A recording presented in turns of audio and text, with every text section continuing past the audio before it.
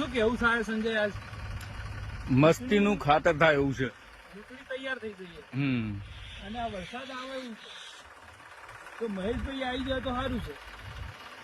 કીધું તો છે જો આવી જાય તો કટર જ કરાવી દો, મસ્તીનું ખાતર થઈ જશે, અને પશુ પ્લાવ મરાઈએ, જોરદાર થઈ જશે. એરંડા લેટ આવશે તો ચાલશે, પણ પેલા હાર્યું કોમ થઈ જાય તો જમીન તો સભ્ય નહીં. પણ તો આયા મહેશભાઈ આયા. હા હા